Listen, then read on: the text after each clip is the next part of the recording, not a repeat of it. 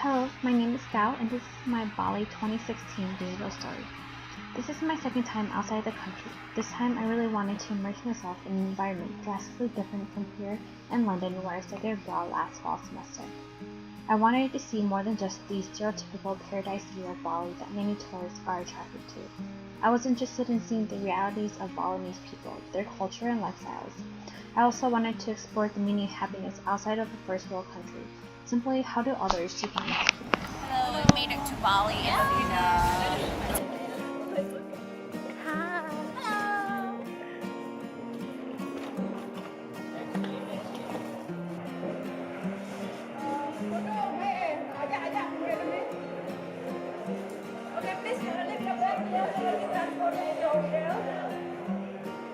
The Gao Hotel in Sonora was the first stop, but my experience began to expose me to parts of the Balinese culture. At first, it was typical adjustment. Because I was so focused on the core concepts of the trip, I forgot to stop and think about what kind of things I would need to adjust to.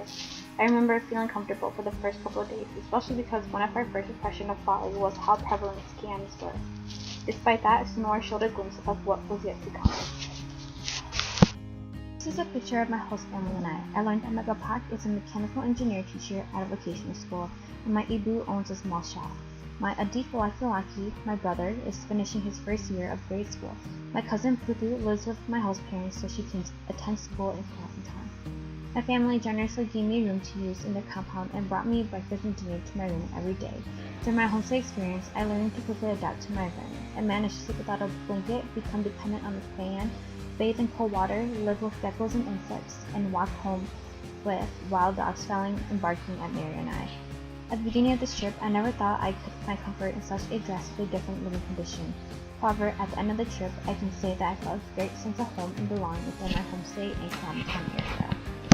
There were many significant experiences during this trip, but one that stood out to me the most was snorkeling. I remember waking up that day and thinking to myself, how could I possibly be successful at snorkeling? I should just go and watch. I had no intentions of getting into the water. I've never been comfortable with water and had little confidence with my swimming abilities, and no trust in using a life jacket. As much as I wanted to snorkel, it all just terrified me. For a moment, I allowed these thoughts to consume me. I enabled them to limit me in ways that they shouldn't have. The brightest spot about this experience was the encouragement and support I received from my Bali family, along with the courage that I mustered up. As I peered into the ocean, I knew I made the right choice to overcome my fear and anxiety. Reflecting upon the experience now, I realized that I almost forgot the purpose of the experience, which was to seek out new adventures outside of my comfort. But I didn't. I made it through it and I loved every second of it. Overall, this trip was remarkably inspiring. It tested me physically and mentally while filling me with excitement and exhaustion, yet helped me find balance within myself. It made me question a lot about happiness. How was I supposed to find happiness through these challenges? Little did I know, light and darkness are necessary components to it. I have accepted that I need darkness as much as I need light, and I am choosing to befriend it. A goal of mine is to acknowledge and appreciate nature, art, travel, and way of life more. The art projects and trip to Bali show me that all of these creations are done with immense time, care, and effort. I hope that upon seeing more handmade crafts, I can picture the extraordinary work behind it. There is such beauty to the things we see every day that we tend to overlook.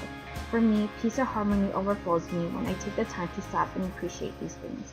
I find it helps me feel balanced and wholesome. Another goal of mine is to take on more challenges, whether that be through personal or academic purposes. A favorite memory, love, or passion can develop in a place where all the magic happens, which is outside of your comfort zone. Who knew my favorite memories would be from stepping outside of my comfort and challenging my anxiety? Many important concepts were touched upon during the course of this trip. I found it intriguing to discuss the intersectionality of leadership through art, culture, happiness, and language, and how globalization impacts Bali today. I realized that these concepts were only present because we were seeking to understand. We wanted to question, find purpose, and understand the context of things. We wanted to build relationships with the locals around us to answer and understand the things we hear and see.